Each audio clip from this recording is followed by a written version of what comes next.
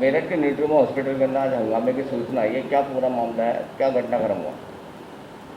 अ, मेरठ में न्यूट्रीमा हॉस्पिटल के अंदर शाम को हमें खबर परिजनों से मिली कि ऑक्सीजन कम है।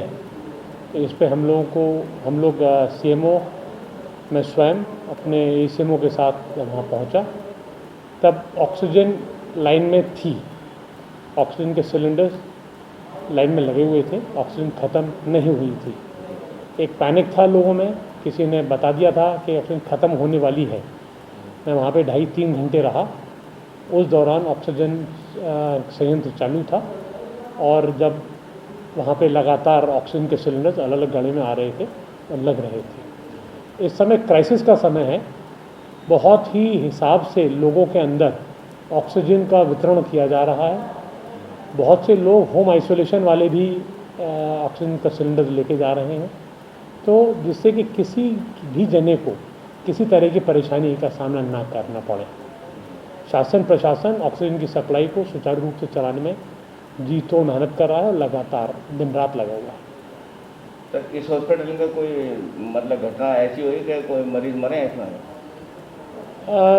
मरीज़ कुछ बहुत सिक थे, मतलब जिनका HRCT स्कोर बहुत ज़्यादा था, कोमॉर्बिड कंडीशंस थी, डायबिटीज़, हाइपरटेंशन, किडनी की प्रॉब्लम, उस तरह की। बाकी विस्तृत जांच कल होगी, तब बता पाएंगे कि एक्चुअल जो आदमी मरा है कोविड निमोनिया था, तो था ही सबको जितने लोग हैं। और कुल मिला के सुबह से शाम तक 5 मृत्यु का समाचार है। कल इस विस्तृत जांच करके रिपोर्ट दी जाएगी। रात जमकर हंगामा किया है पेशेंट के तीमारदारों ने, क्या पूरा मामला है, किस वजह से ये हंगामा हुआ? देखिए, कोविड महामारी में चीज़ों में प्रॉब्लम आई है, ये सब जानते हैं। रिसोर्सेज हैं कम हो गए हैं, ये सबको मालूम है।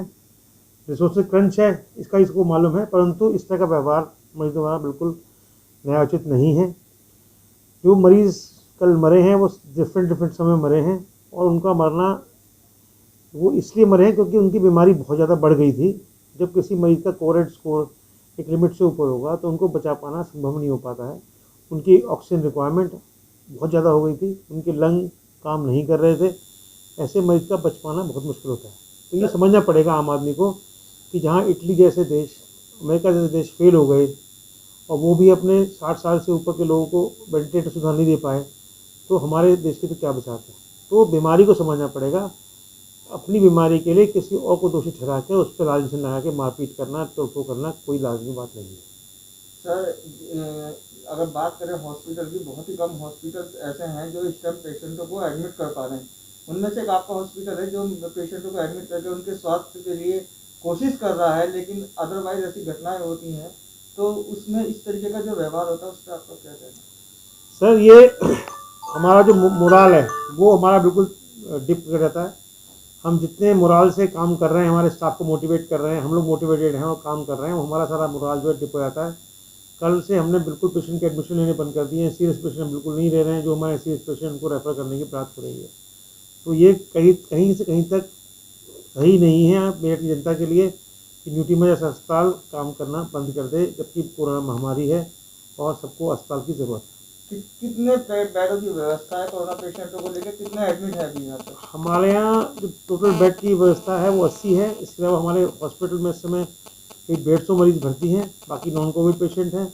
और ऐसे में इस तरह की हरकत होती है तो पेशेंट्स और पेशेंट के रिलेटिव्स काफ़ी बुरा लगता है उनको, और ये बहुत ही अशोभनीय काम किया है जो लोगों ने काम किया है। सर, कितने मौतें हुई थी कल और कौन सा पेशेंट था? देखिए, कल 24 घंटे में करीब 7 से 10 मौतें हुई हैं, ठीक है, 24 घंटे में। पर जो इंसिडेंट वाला टाइम हुआ है उसमें सिर्फ 5 मौतें हैं, वो भी 5 से 6 घंटे के बीच हुई हैं। तो अगर ऑक्सीजन उनका जो लाभ वो है कि ऑक्सीजन की वजह से मौतें हुई, तो ऑक्सीजन की वजह से मौतें होती तो एक साथ होती। उन सब मौतों में 1.5 से 2 घंटे गैप है, तो कहीं से कहीं तक वो ये प्रूव नहीं करती कि मौतें ऑक्सीजन की कमी की वजह से हैं। ऑक्सीजन ज़रूर प्रॉब्लम से मिल रही है, हमें उसके लिए काफ़ी प्रयास करने पड़ रहे हैं। एडीएम फाइनेंस और बाकी लोग जो हैं प्रशासन की हमें मदद कर रहे हैं। ट्रैफिक में गाड़ी फंस जाती है, उसके लिए एसएसपी साहब मेहनत कर रहे हैं। बट ऐसा नहीं हुआ कि ऑक्सीजन ख़त्म हो गई हॉस्पिटल में, कभी भी नहीं हुआ।